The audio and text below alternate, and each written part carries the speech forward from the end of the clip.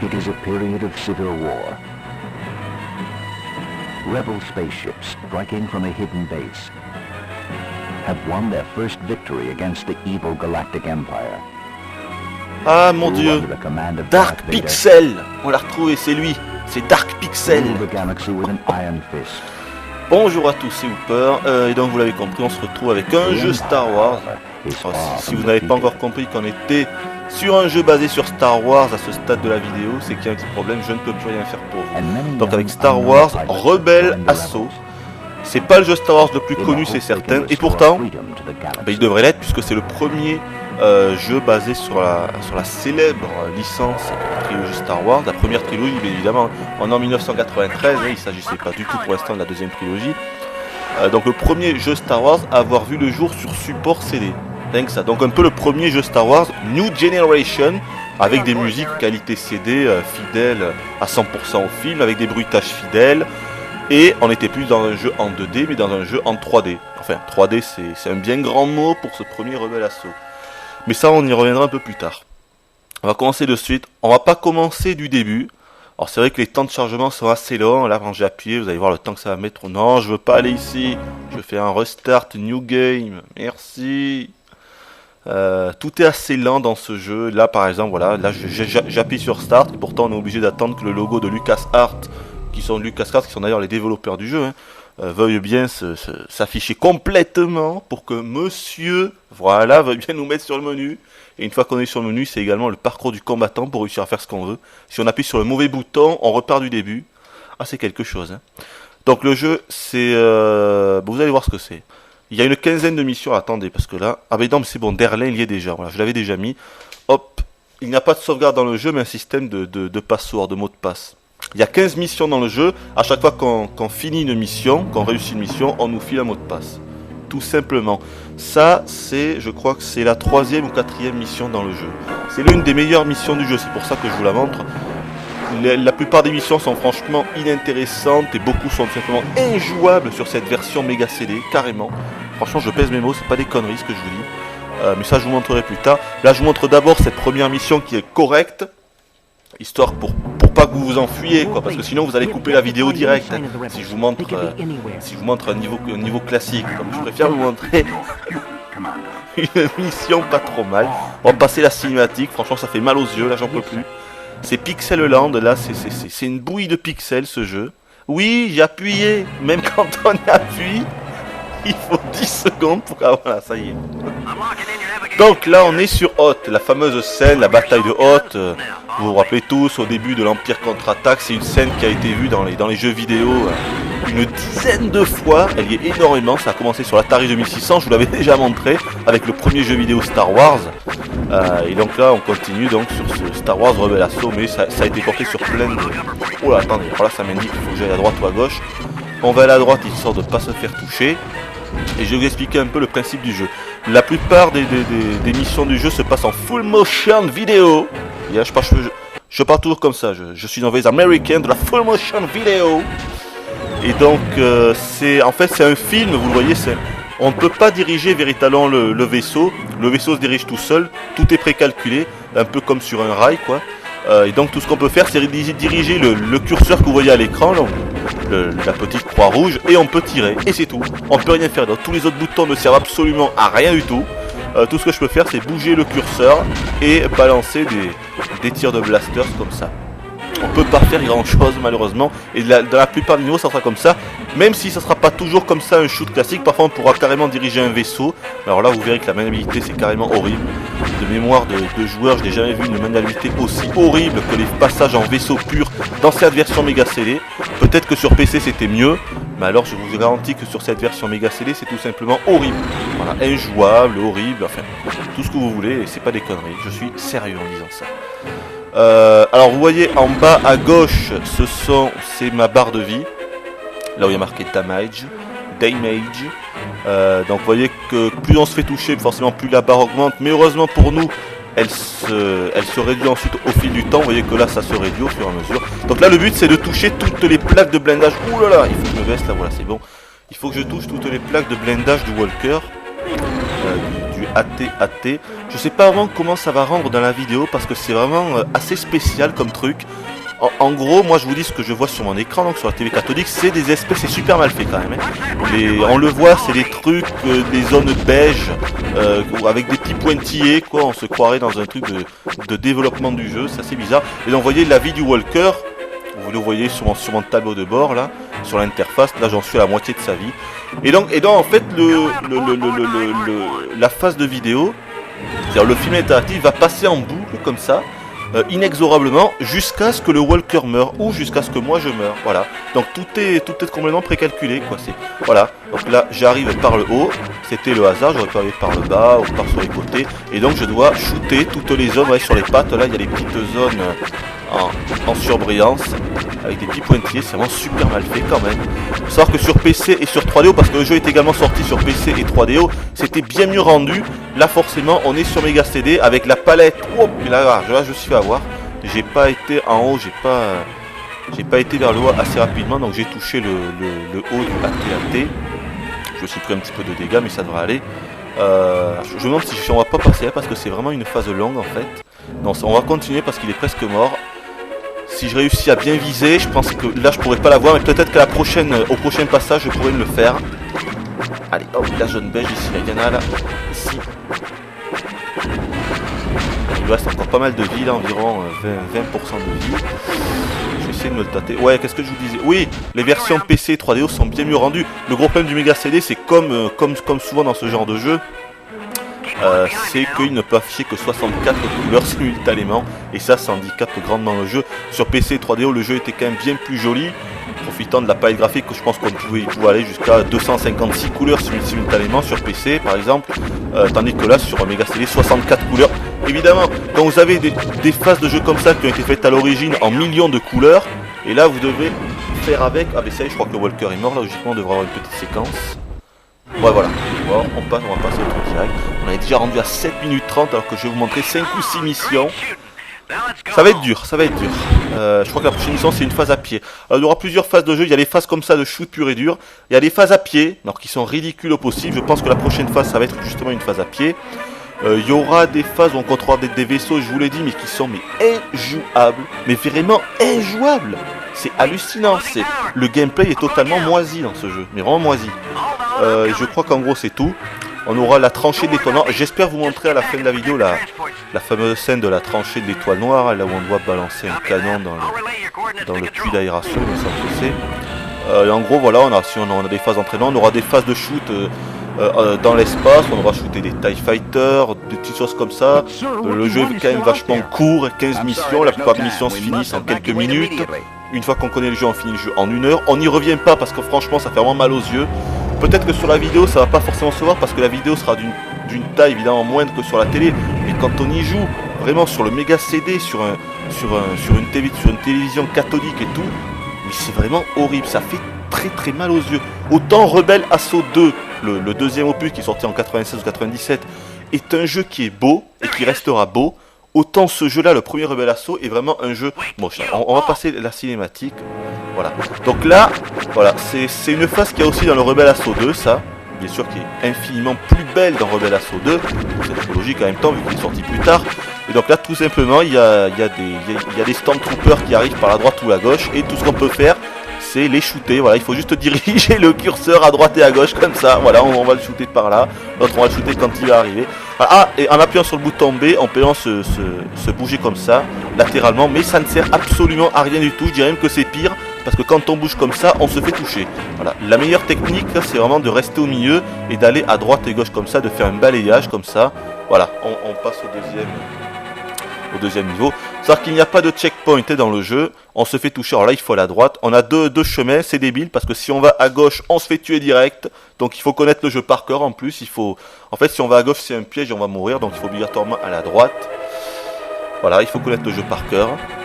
Que vous dire d'autre? Alors les musiques, évidemment, c'est l'un des rares points forts du jeu. Que ce soit au niveau des bruitages, même s'il n'y a pas énormément de bruitage, et mis à part les tirs de blaster, quelques explosions, il n'y a pas beaucoup de bruitage. Il y a bien sûr des dialogues parlés, qui sont bien faits en anglais, évidemment, le jeu n'a pas été traduit en français, il ne faut pas non plus les connaître, qui sont d'une qualité correcte, même si ça grésille tout de même pas mal quand il parle, ça fait... Ça grésille, ça grésille pas mal, mais les musiques sont franchement, je pense que c'est les musiques du film, donc il n'y a rien à dire, qualité CD, on est sur Mega CD, c'est l'un des rares points forts du Mega CD évidemment, et sinon, voilà, au niveau des points forts, franchement, à part la musique, évidemment revivre certaines séquences cultes du jeu, de la trilogie, je veux dire, comme la tranchée d'étoiles noires, l'attaque des walkers sur Hoth, vous l'avez vu au début, quelques petites phases comme ça. Il n'y a pas grand chose de point fort. On est déjà rendu à 11 minutes, donc je vais couper la vidéo parce que sinon je vais avoir un énorme décalage. Vous le savez, sur Mega CD et Mega Drive j'ai un décalage de fou. Donc je coupe la vidéo et on se retrouve de suite après pour un prochain niveau.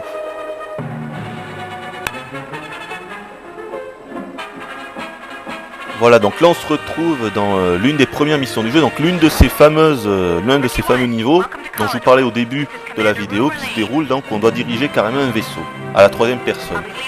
Et comme je vous le disais, c'est tout simplement injouable. Ces missions sont catastrophiques de A à Z, un ratage mais complet. Sur Mega CD en tout cas, c'est un ratage total. Donc, on va passer la cinématique, ça va bien. Voilà, donc là je dirige le vaisseau, vous voyez au milieu de l'écran forcément, et donc je dois suivre mon collègue là qui est devant, et franchement mais c'est horrible quoi, c'est vraiment horrible. Je vais faire tout mon possible, je connais déjà un petit peu le niveau, je suis un peu entraîné donc ça devrait aller, mais le vaisseau parfois il se déporte tout seul à droite ou à gauche sans qu'on ne fasse rien du tout. Il faut réussir à réduire ça, il faut compenser. Ah non mais je vous assure c'est quelque chose, je crois que je décerne ces phases de jeu la pire, le worst gameplay ever, quoi, la pire maniabilité ever. Non, c'est vraiment horrible, c'est vraiment horrible. En plus, on n'y voit rien du tout. Le jeu, c'est une bouille de pixels, encore une fois. Sur la vidéo, je sais pas comment ça va rendre, mais alors sur un écran de télé normal, cathodique pourtant, hein, je parle même pas du LCD, hein, c'est vraiment horrible, quoi. C'est vraiment une bouille de pixels, on n'y voit que dalle. Et en plus, on a un peu l'impression que le jeu tourne au ralenti, on a l'impression qu'on est à 10 ou 15 FPS, quoi. C'est vraiment, ça saccade énormément, c'est pas du tout fluide évidemment, mais ça encore c'est, oh putain, ça c'est pas, en plus tous les boutons ne servent à rien, on ne peut pas accélérer, on ne peut pas freiner, on ne peut pas décélérer, non, on peut juste aller à droite, à gauche, en haut, en bas, voilà, et essayer de suivre son collègue là. J'espère que je vais pas mourir. Oh là là, ça s'est passé en bas, ouh, j'y suis arrivé là, c'est un miracle. C'est un miracle. Oh là là, attention en bas. Ah non, ces phases, c'est vraiment n'importe quoi. Il y aura 3 ou 4 missions comme ça dans le jeu. Elles sont toutes catastrophiques. Ah bah j'y suis arrivé, voilà. Oh là là, j'ai mal au pouce là. À force d'appuyer comme un psychopathe sur la croix directionnelle, j'ai mal au pouce. Voilà, ces phases sont complètement ratées. Bon, qu'est-ce que je vous ai pas dit? Alors, on va passer la cinématique. Je vais vous faire la prochaine mission. Je sais plus du tout ce que c'est. Ah oui, je crois que c'est la phase avec le Star Destroyer, le croiseur interstellaire, il me semble. On va passer la cinématique. J'appuie sur le bouton, pourtant il se passe rien. Mais oui, je fais qu'appuyer là, nom de Dieu. Oui, encore que c'est mal fait, franchement, ces phases. Alors bien sûr, ils n'ont pas pu prendre des... En fait, si, c'est des vrais visages, mais si vous regardez bien, on dirait que c'est que ça a été dessiné. C'est-à-dire qu'il n'y a que la bouche qui parle, en gros. C'est assez spécial aussi. Mais oui, je fais qu'appuyer sur le bouton. Alors voilà. Donc là, c'est une autre phase dans l'espace. Donc comme la première phase, en fait. C'est une phase qui ressemble beaucoup à la première mission que je vous ai montrée sur la bataille de Hoth. Là, on dirige un X-Wing et on va devoir se farcir le croiseur interstellaire tout seul. Donc, tout ce qu'on peut faire une fois de plus, c'est diriger le curseur et balancer des tirs de laser. Ah de Dieu, mais je te vise là sur le truc. Et donc le but, vous allez voir, on va se déporter à un moment. Il va falloir shooter les boucliers, les grosses boules là qu'il y a sur la passerelle. Vous savez, comme dans le film, histoire de bousiller le bouclier du croiseur. Et parfois comme ça on aura des tailles comme ça qui vont arriver, il faut les détruire avant qu'ils nous balancent leur tir dessus. Qu'est-ce que je ne vous ai pas dit? Ah oui, alors on ne dirige pas Luke Skywalker, Han Solo et compagnie, voilà, c'est ces grosses boules là qu'il faut détruire. Et c'est assez chaud parce qu'elles ont beaucoup d'énergie, donc on va devoir se retaper la même phase 3 ou 4 fois.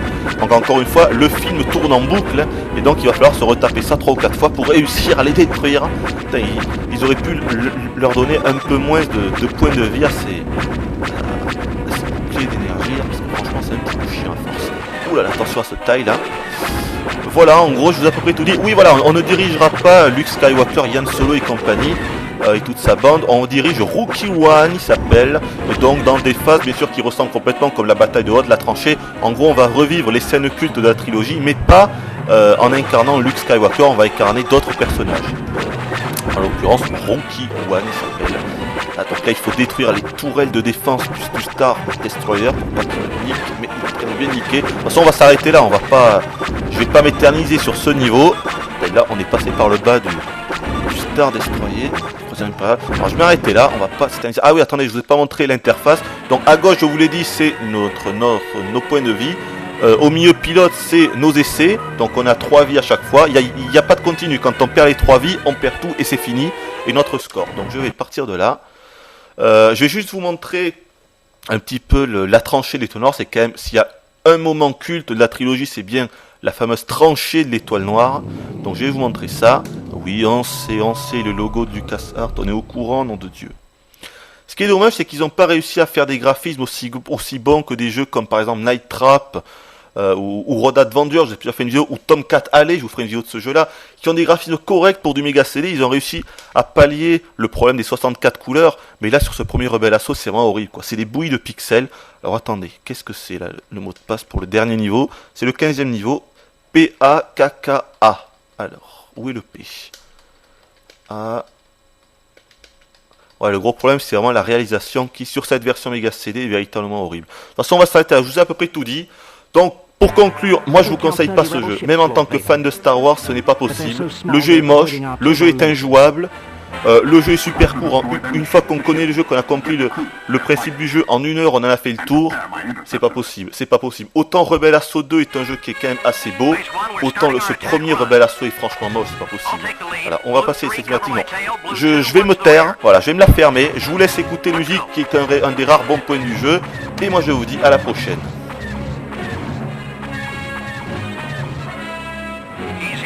Watch out for laser fire. Just cover me until I get in range.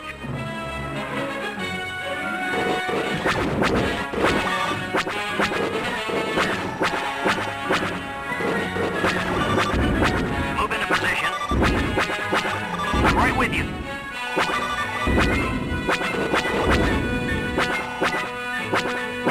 Adjust your deflectors. I copy, Blue Leader.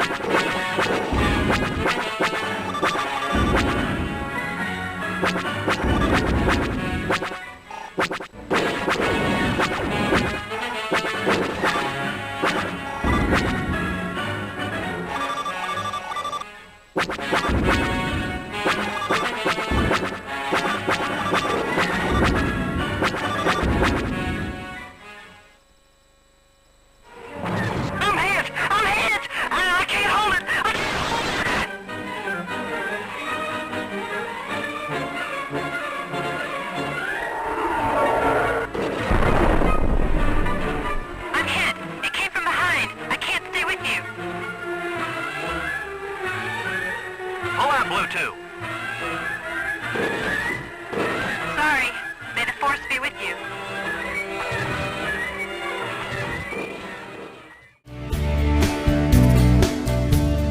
Go ahead and leave me. I think I prefer to stay inside. Maybe you'll find someone else to help you. Maybe Black Mesa. That was a joke.